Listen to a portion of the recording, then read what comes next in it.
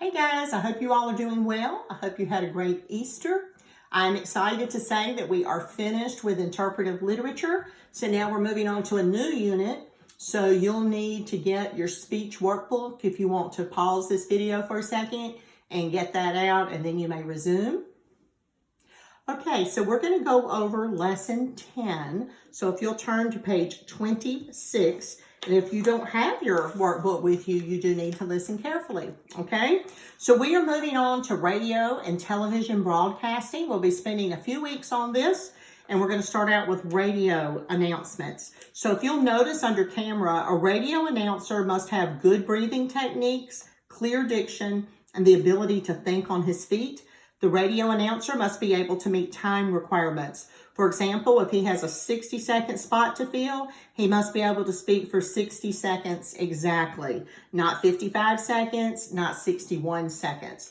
The big thing about radio broadcasting is when you're speaking on the air, everything is precise. So if they tell you that you have to speak for 2 minutes, for example, if you speak over 2 minutes, a commercial is going to come in and it's going to wash you out. Or if you speak for less than 2 minutes, there's going to be dead time on the air. You may have experienced some of those as you've listened to radio. Maybe someone was in the middle of a sentence and a commercial came on. Or maybe somebody finished and then you thought there was trouble with the radio because you didn't hear anything. So those are things that happen, and that's why it's important in radio broadcasting to be very precise. The positive side of radio broadcasting is you can wear whatever you want to work. It doesn't matter because people don't see you, they only hear you. So if we were actually in school, we would be going on a field trip, but because we're having to so-called homeschool right now, we can't go on a field trip. But if you were to go see radio announcers in their offices, you would see that they just wear whatever. They can crawl out of bed and go in their sweatpants and a t-shirt and throw a ball cap on and they're good. So that's the positive side. The downside is you do have to be precise with your time with everything you do. So we're going to get some practice with that. But first, we want to listen to different radio announcers and see what we like about the ones we listen to and what we don't like. So on page 26, if you'll look at action at the bottom of the page, you're going to complete Roman numeral 1, where you listen to 3 different radio announcers and then you answer the questions for each one. And there's 6 questions. You choose the radio announcers. It doesn't matter to me. It does not have to be Christian radio. It can be whatever you normally listen to. I would like for you to do local radio stations because that makes the next thing a little easier. So you're going to answer the questions at the bottom of 26, and then you're going to turn over to page 27, Roman numeral 2, rank those 3 announcers according to your listening preference. So you're just going to rank them in order that you like them. Who do you like best, second best, and then who do you like the least? So you're going to do that. Roman numeral 3 is the hard one. So let's look at it.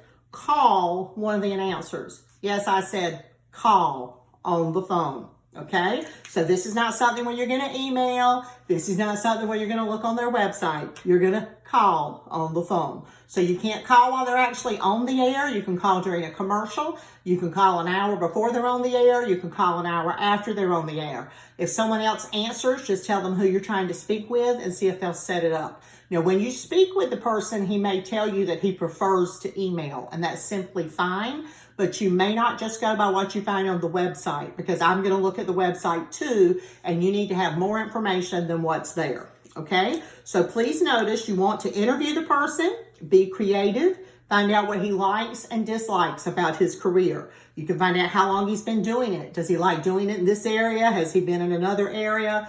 You can ask anything like that. Find out his most embarrassing moment on the air, and they all have embarrassing moments. And then be ready to report your findings to the class in the form of a 1 to 3 minute biography. So this will be due next Monday. So by next Monday, you'll do a video clip, 1 to 3 minutes, where you tell us the person's name, what radio station he's with, and tell us about his life and what you found out. What I want you to do with these videos is I want you to upload them to YouTube and then send me the link, and I'll share the links with the students. But this will be due by next Monday night. Do not put it off, because the most difficult part of this assignment is actually getting in touch with the person. So if I were you, I'd get started on that right away. I will tell you from my experience, because I've been teaching this for a long time, country station announcers are the easiest ones to get a hold of. and they're also the friendliest. Unfortunately, for some reason, we've had bad experiences with the Christian radio stations. They're not quite as friendly, not quite as easy to get along with. So I have found the country stations are the easiest, and then the hard rock and the classic rock, they seem to be the second easiest, and then after that, they're all about the same, okay? So you're gonna do Roman numerals 1, 2, and 3. They're not due until next Monday night, but do not be a slap nut and wait until the last minute, okay? It's gonna take time to get in touch with a radio announcer. Do a great job, have a good week, and I will see you soon.